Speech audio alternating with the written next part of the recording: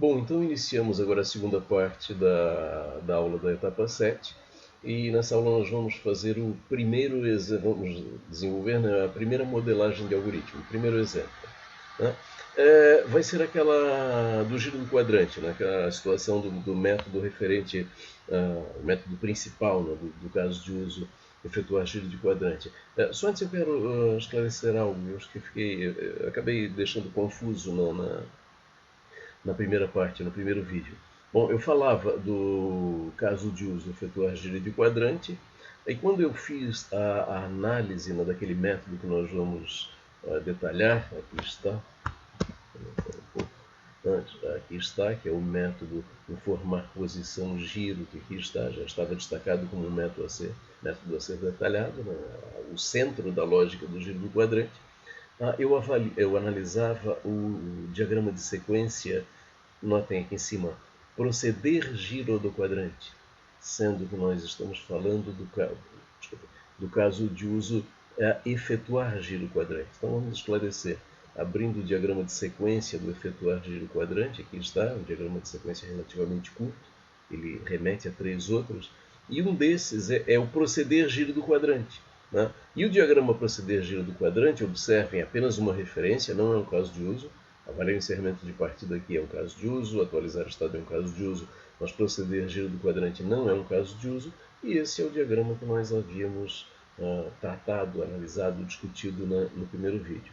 Então nós queremos trabalhar em cima desse método, informar posição giro. Bom, nós vamos fazer o quê?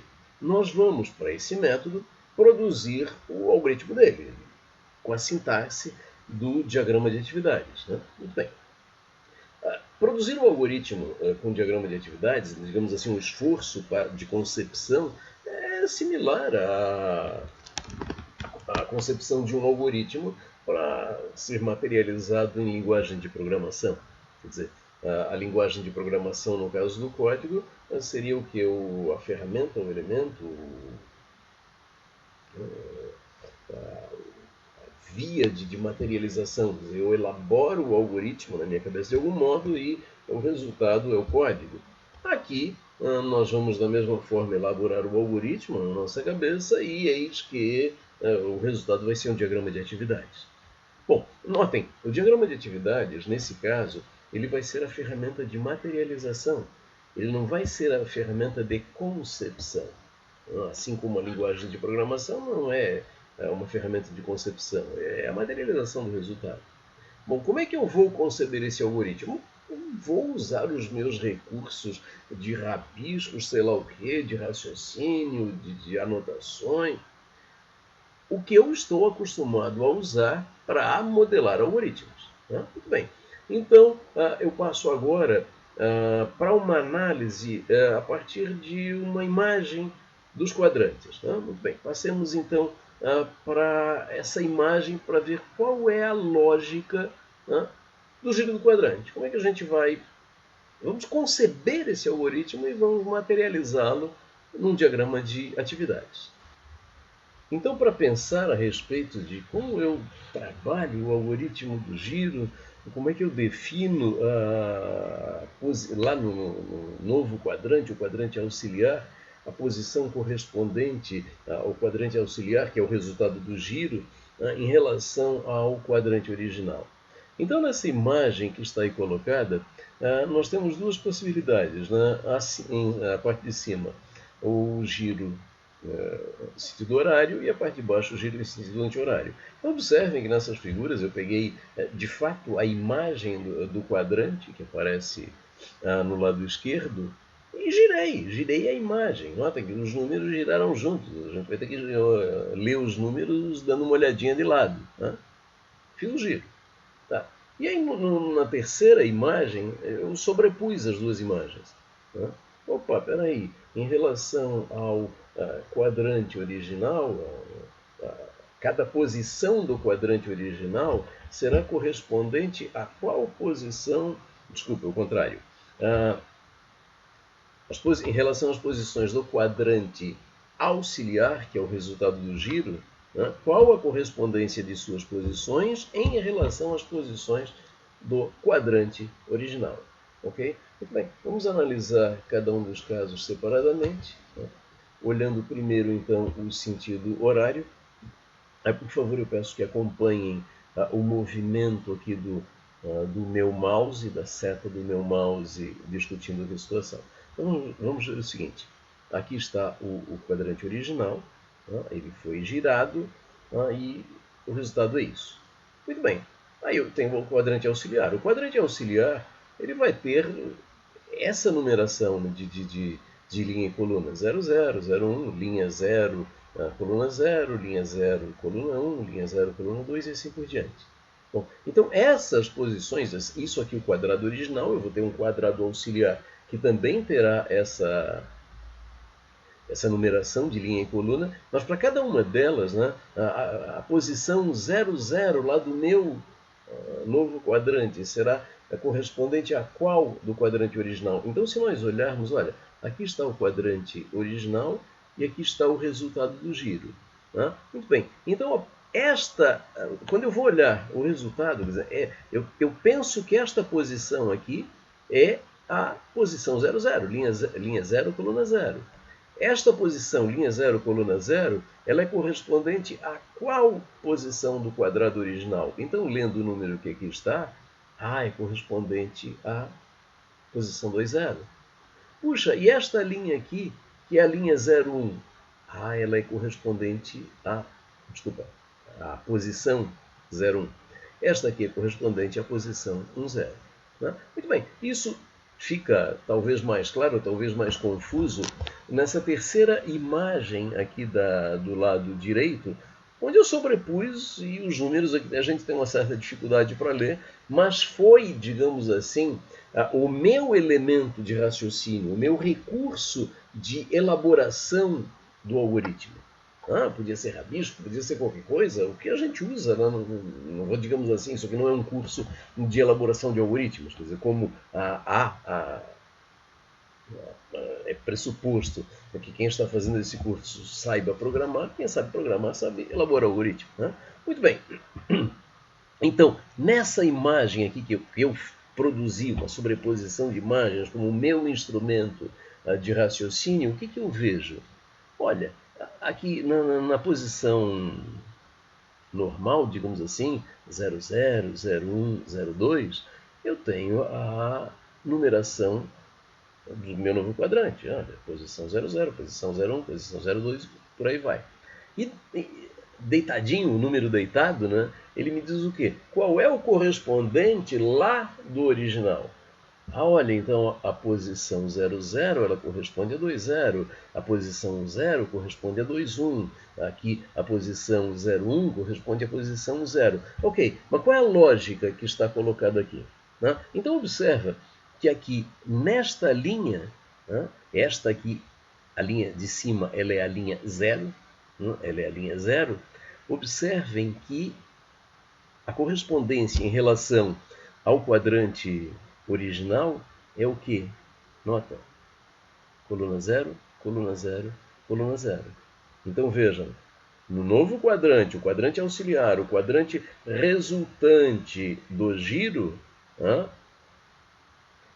a coluna, a posição ou as posições da linha 0 terão correspondência com as posições da coluna 0.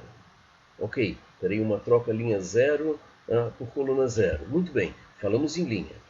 Então a linha, o número da linha do novo quadrante, do quadrante resultante do giro no sentido horário, ele virá do valor da coluna do quadrante original. Muito bem, linha definida. E a coluna do novo quadrante virá de onde? Observa, na coluna 0 do novo quadrante, correspondência à linha 2 do original. Coluna 1, correspondente à linha 1. Coluna 2, correspondente à linha 0. Então, o que acontece? Vejam, no novo quadrante, o valor da linha será o próprio valor da coluna, linha 0, coluna 0, mais a correspondência da coluna do novo quadrante será em relação ao valor da linha, só que com uma inversão, né? No sentido de, olha, a coluna 0 corresponderá à linha 2, a coluna 1 corresponderá à linha 1 e a linha 2 corresponderá a coluna 2 corresponderá à linha 0. Então, uma inversão, 2 vira 0, 1 continua 1 e o 0 vira 2. Né? Perfeito? Então, veja, linha obtenho do valor da coluna, exatamente igual. Valor da coluna obtenho do valor da linha, porém invertendo no sentido de 2 vira 0, 1 continua 1 e 0 vira 2. Ok? Muito bem. Então, essa é a lógica que eu preciso materializar para o sentido horário. Muito bem. E para o sentido anti-horário? Aqui está a mesma ideia, o quadrante original, o quadrante girado e aqui a sobreposição. Essa sobreposição a gente vai enxergar melhor olhando a coluna, no sentido horário. Observa o seguinte: nesta coluna, que é a coluna 0, eu vejo aqui a coluna 0, coluna 0, coluna 0, e a correspondência da coluna 0, observem que no número deitado, do quadrante original, é com a linha 0. Opa, então, o valor da coluna passa a ser igual ao valor da linha. Muito bem, o valor da coluna do novo quadrante, do quadrante auxiliar resultante do giro, corresponde ao valor da linha. Então, no novo quadrante, a linha 0, eu vou obter, a coluna 0 virá lá da linha 0. A coluna 1 virá da linha 1, como eu vejo aqui, e a coluna 2 virá da linha 2. Muito bem, então veja, no novo quadrante, o valor da coluna está definido. É o próprio valor da linha. Bom, e o valor da linha do novo quadrante? Observa, 0 vira 2, 1 vira 1, 2 vira 0. 0 vira 2, 1 continua 1, 2 vira 0. Mesma lógica. Então a coluna vem do valor da linha, a coluna vem do valor da linha do original. Opa, desculpem. E o que acontece? O valor da linha do original será o valor o valor da linha do novo quadrante será o valor da coluna do original, porém com inversão, no sentido de 2 vira 0, 1 continua 1, 0 vira 2. Similar ao que se viu antes. Então é isso. Vamos agora abrir um diagrama de atividades para modelagem de algoritmos e vamos modelar esse algoritmo. Observem, ele foi concebido aqui, ele será concebido de algum modo, cada algoritmo vai ser concebido da forma que for. Quer dizer, uma vez concebido, eu tenho que materializar isso em uma modelagem. Ok, vamos fazer isso então, abrindo a nossa ferramenta e modelando o diagrama de atividades. Bom, eu espero não ter dado um nó na cabeça de quem está assistindo, mas de qualquer modo aí estão as nossas conclusões. Né? Então nós temos duas possibilidades, o giro em sentido horário e sentido anti-horário. Então ali está resumido, no sentido horário, a linha do novo quadrante, o quadrante auxiliar, que é o resultado do giro. O número da linha corresponde ao número da coluna do antigo. E o número da coluna do novo corresponde ao número da linha do antigo com a inversão. E no sentido anti-horário, similar, porém diferente. Né? A coluna do novo, o número da coluna do novo corresponde ao número da linha do antigo. E o número da linha do novo é o número da coluna do antigo com aquela inversão. A inversão está explicitada ali embaixo. 0 vira 2, 1 continua 1 e 2 vira 2. Bom, muito bem, partamos para a nossa modelagem. Eu só quero fazer uma observação antes. Nós estamos trabalhando aqui em cima do efetuar giro do quadrante, o caso de uso efetuar giro do quadrante. Então, quando eu fiz a análise antes da necessidade de trabalhar sobre esse caso de uso, eu acabei mostrando este diagrama de sequência, onde aqui está o método que nós vamos trabalhar, o método informar posição giro.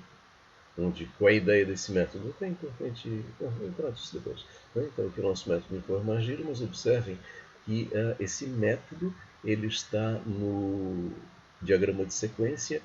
Observa aqui em cima, no meu mouse, proceder giro quadrante. enquanto nós estamos falando do caso de uso efetuar giro quadrante. Efetuar giro quadrante, não proceder giro do quadrante. Muito bem, então o caso de uso, deixa eu só esclarecer. O caso de uso efetuar giro do quadrante, eu não mostrei antes, está aqui o diagrama de sequência dele. E o diagrama de sequência proceder giro do quadrante, observem aqui em cima, ele é um desdobramento, ele é um detalhamento do diagrama de sequência do caso de uso. Não é outro caso de uso, é um fracionamento da modelagem. Então, aqui no diagrama de sequência do efetuar giro do quadrante, aqui está, nós temos uma referência que é o proceder giro do quadrante, e o proceder giro do quadrante é aquele diagrama que eu mostrei antes, que eu discuti antes. Muito bem.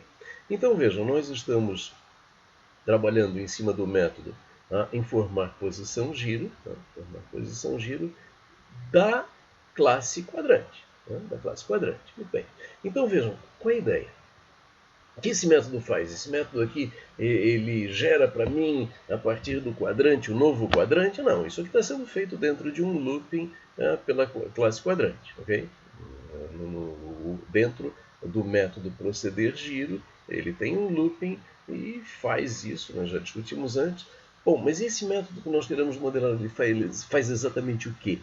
Ele faz o seguinte: dada uma coordenada, definida aqui pelos parâmetros linha e coluna, dada uma coordenada, dada uma definição de sentido, o quadrante retorna qual é a sua posição correspondente àquela, dentro da nossa lógica de giro. Olha, a posição 00 vai corresponder a quê? Vai corresponder à posição 20, lembrando lá o que nós discutimos antes, ok? Muito bem.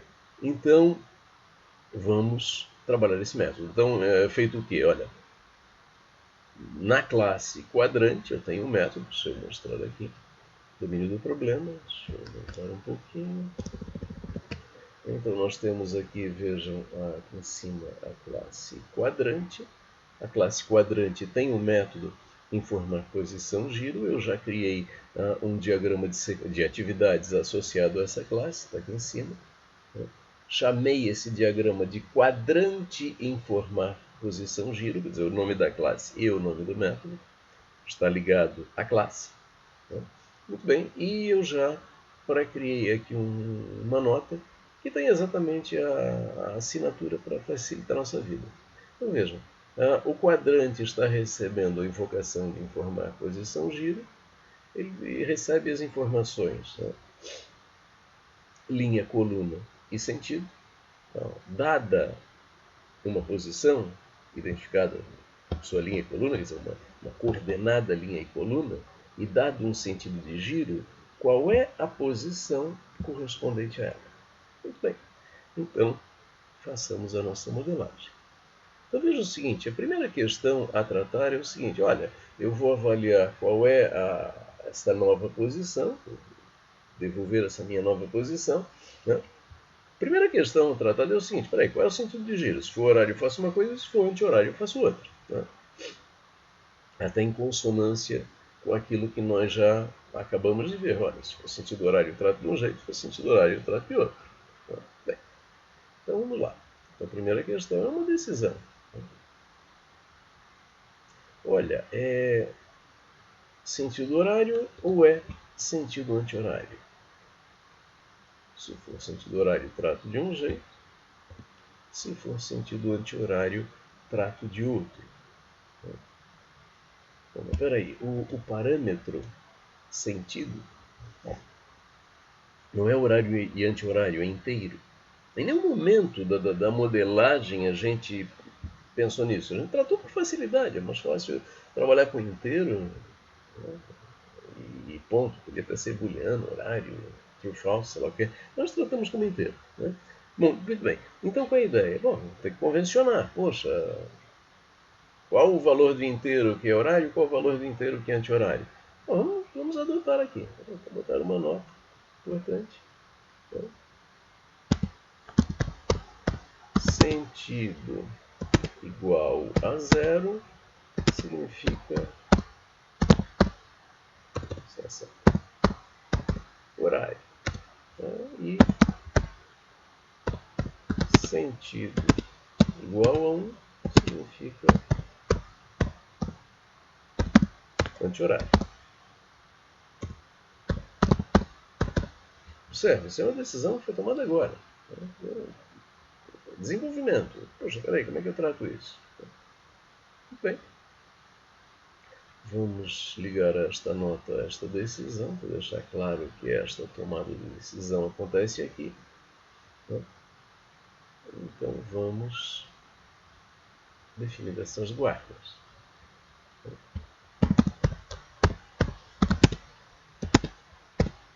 Sentido igual a 0.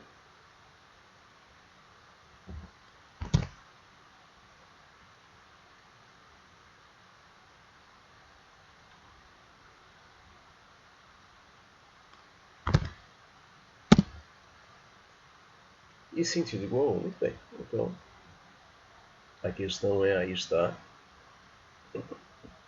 horário, né, do lado esquerdo, anti-horário do lado direito. Muito bem. E agora, o que nós vamos fazer? Bom, temos que definir as novas coordenadas. Né? Dado uma linha e dada uma coluna, nós precisamos definir o nome. Muito bem. Sentido horário. Como é que a gente trabalha mesmo com o sentido horário? Não, sentido horário, linha do novo igual à coluna do antigo. Muito bem, linha do novo igual à coluna do antigo. Vamos dizer aqui que aux linha igual a coluna. E o que é coluna? Coluna é parâmetro. Bem, coluna, aqui está a coluna é o parâmetro, está aqui na assinatura. Bom, e a auxilinha? Bom, a auxilinha é uma variável temporária que eu acabei de definir, não é isso? Muito bem, então nós precisamos declarar essa variável.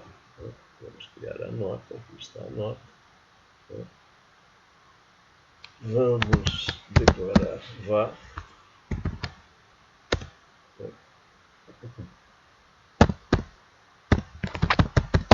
auxilinha int. Bem, só isso que tem de variável temporária? Nesse momento, sim. Essa modelagem é dinâmica, ela vai crescendo, vai evoluindo. Nesse momento, eu tenho essa variável temporária colocada. Muito bem, agora a auxilinha é igual a coluna. Puxa, agora eu tenho que definir a auxilinha o que? A linha, né, da posição identificada. Agora eu preciso da coluna da posição identificada. Então, não preciso de muito brilhantismo para descobrir que eu vou ter aqui que declarar uma aux coluna, né, aqui também int. Muito bem. Aí está. Só essas variáveis temporárias? Não sei. Muito bem.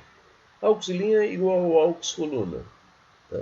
Desculpa, auxilinha igual a coluna. E aux coluna igual a quê? Vamos olhar lá a nossa conclusão. Tá? Opa! A aux coluna, a coluna do novo, é a linha do antigo com inversão. Opa, é a linha do antigo com inversão. Então eu vou ter que avaliar qual é o valor da linha do antigo. Né? Qual é o valor da linha do antigo. Muito bem. Vamos lá. Qual é o valor da linha do antigo? Então, tem que fazer aqui o que? Uma tomada de decisão. Né? Qual é o valor da linha do antigo? Bom, então vejam que eu tenho três possibilidades de valor, né, de linha. Linha igual a 0, linha igual a 1, linha igual a 2. Bem, então farei as três possibilidades.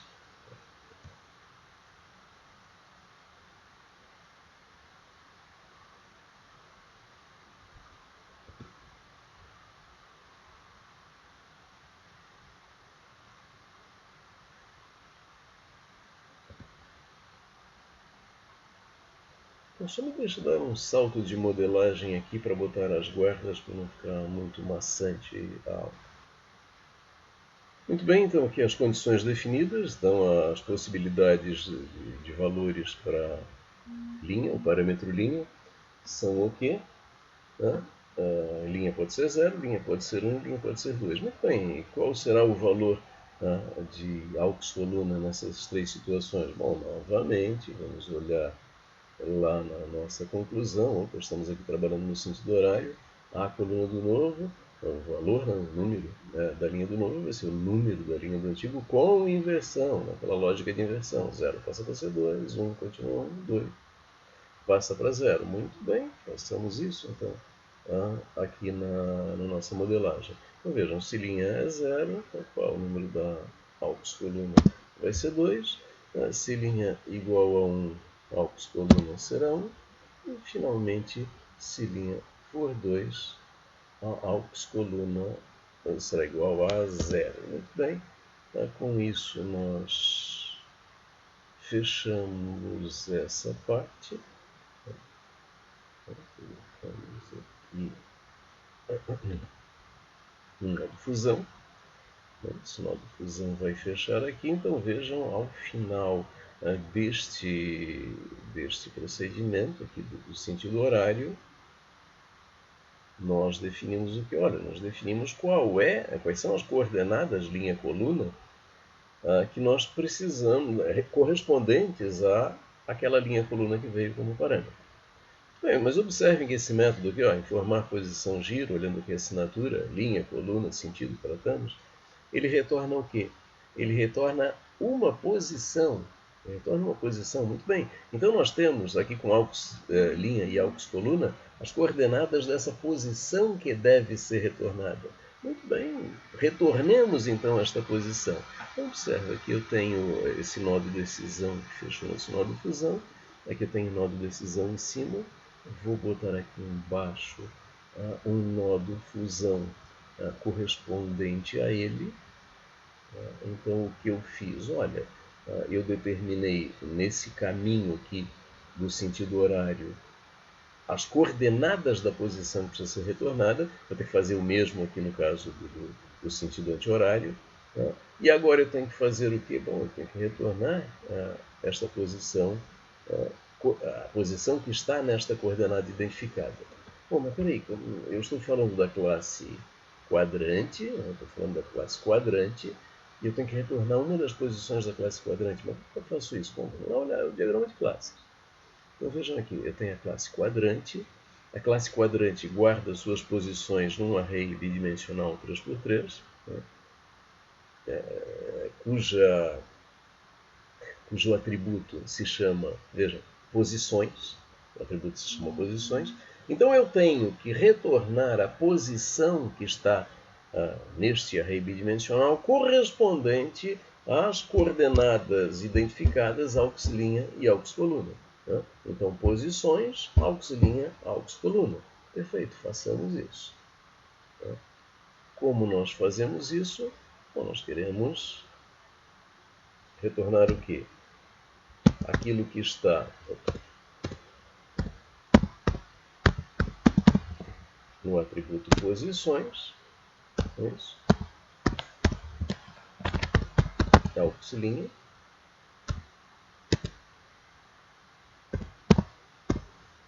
aux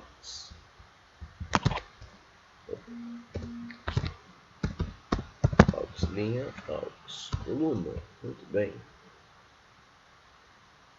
Bom, peraí. Nós estamos trabalhando em cima de algoritmo. Algoritmos são compostos por comandos. Eu tenho comandos aqui. Essa modelagem me mostra comandos? Não exatamente.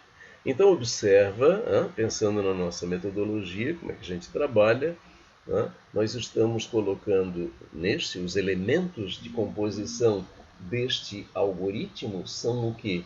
São comandos. Como é que a gente identifica comandos? Com estereótipos. Então a nossa metodologia diz que nós temos que identificar os comandos com estereótipos. Então esse comando aqui, olha, eu quero retornar uma posição. Então ele é um comando return. Então eu preciso colocar um estereótipo return nele. Ah, bom, isso aqui é um return. Ah, e esses comandos que nós trabalhamos aqui? Ah, bom, são todos comandos de atribuição.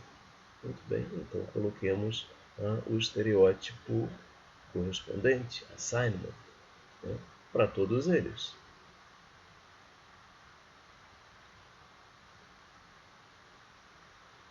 Sem os estereótipos, a minha modelagem absolutamente não fica clara. Ah, muito bem, agora eu tenho um algoritmo. Muito bem, uma vez que eu retornei, eu posso dizer, olha, o método está encerrado. É isso. Muito bem, o que vamos fazer agora? Olha, tratamos aqui o sentido horário. Vamos tratar agora o sentido anti-horário, que é uma lógica bastante similar, né? Apenas nós implementamos isto que está aqui, né? O sentido horário. Agora nós queremos implementar isto que está aqui, muito similar, não vale a pena fazer o passo a passo. Então aqui eu vou dar um salto de modelagem e voltar com a modelagem pronta. Bom, então observa, aqui está no lado direito a modelagem para quando a condição é sentido igual a 1, quer dizer, o sentido anti-horário. Então, o sentido anti-horário nós materializamos aquilo que já tínhamos visto, a coluna do novo, o número da coluna do novo, aux coluna é igual à linha, e a linha do novo tem que ver o valor da coluna do antigo. Então, a aux coluna é o valor da linha, e o valor da aux linha depende do valor da coluna. Então, se 0, 2, se 1, se 2, 0.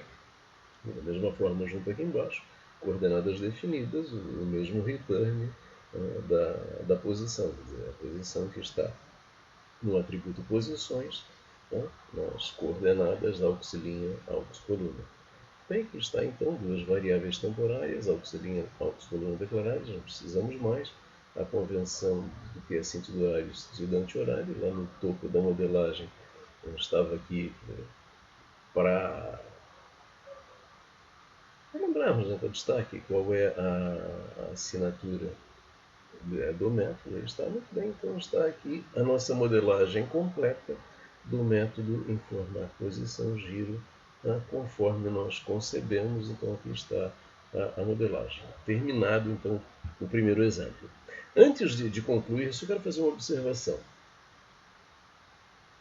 Na nossa metodologia, lá no curso teórico, parte conceitual, por exemplo, o que eu dizia, olha, para nós construirmos o algoritmo de um método, nós vamos buscar subsídios na modelagem existente em diagrama de atividade, desculpa, em diagramas de sequência e em diagramas de máquina de estados. Muito bem. No nosso caso específico do jogo Pentágono, estamos aqui modelando um método da classe quadrante e nós só produzimos um diagrama de máquina de estados da classe jogador. Puxa, não há um diagrama de máquina de estados da classe quadrante. Conclusão, não vamos achar informação útil em diagrama de máquina de estados. Bom, e em diagramas de sequência? Ora, em diagramas de sequência precisamos ver os diagramas de sequência em que o nosso método é invocado.